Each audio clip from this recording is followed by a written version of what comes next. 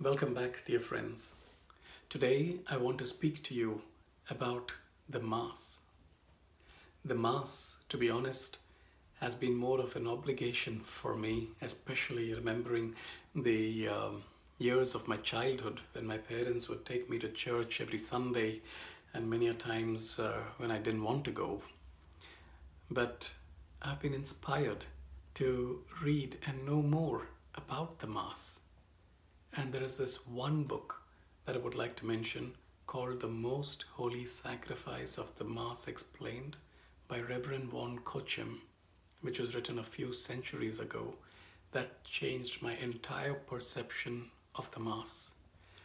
Not just the perception, but now attending it as frequently as I can with as much devotion and fervor that I can has brought immense benefits into my life. In everything that I do, my workplace, my family.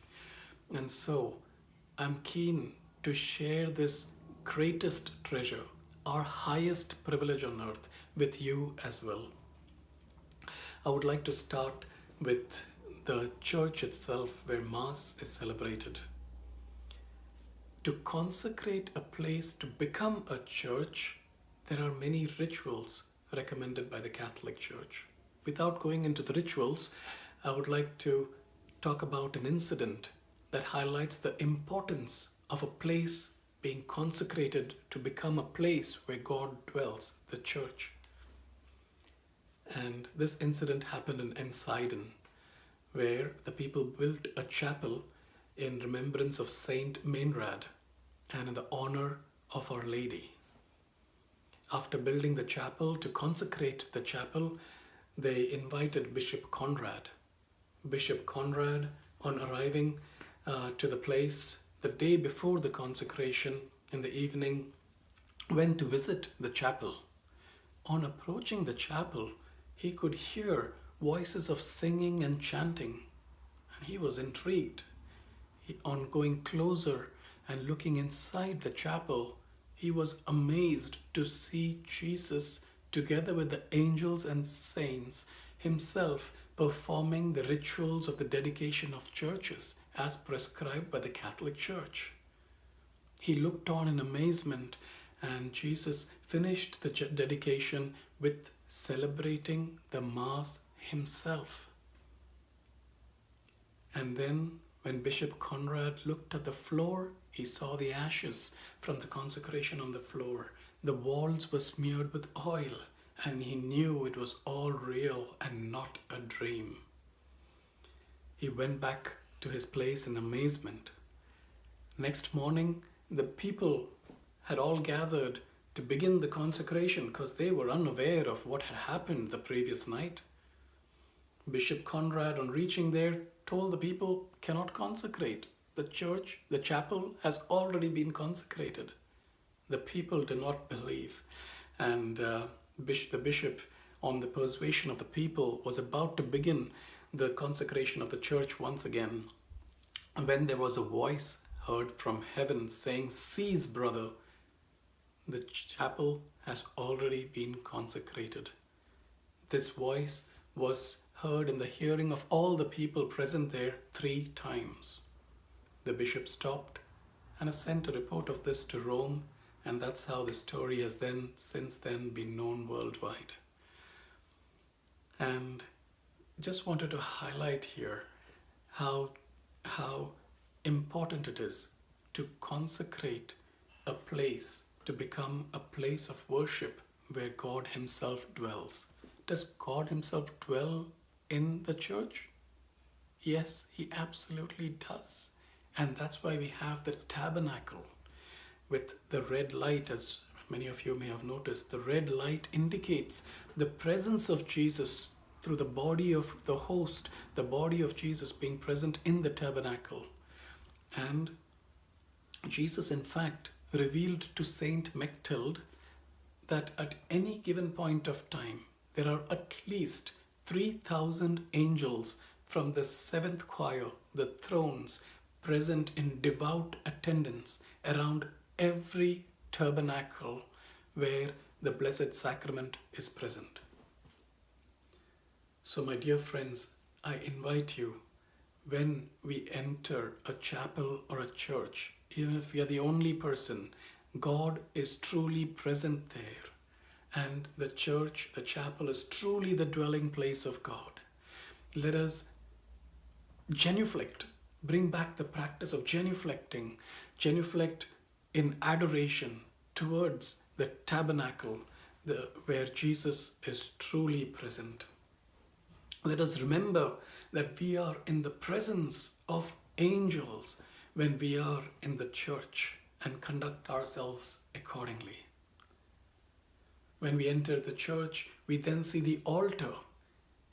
That table is called the altar because that is where sacrifice is offered. And we look more into the nature of this sacrifice in the second part of this talk.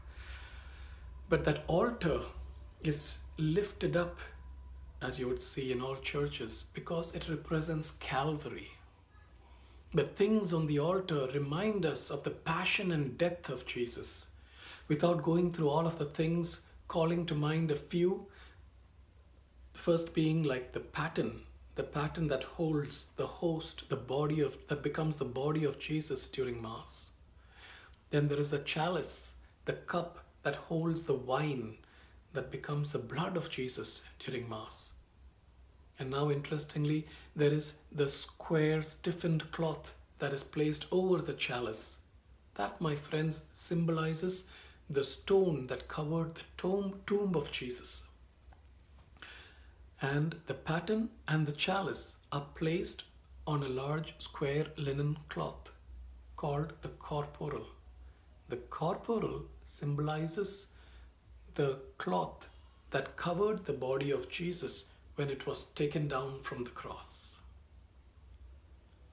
As you can see, the altar and everything on the altar reminds us, let us be reminded of the passion and death of Jesus.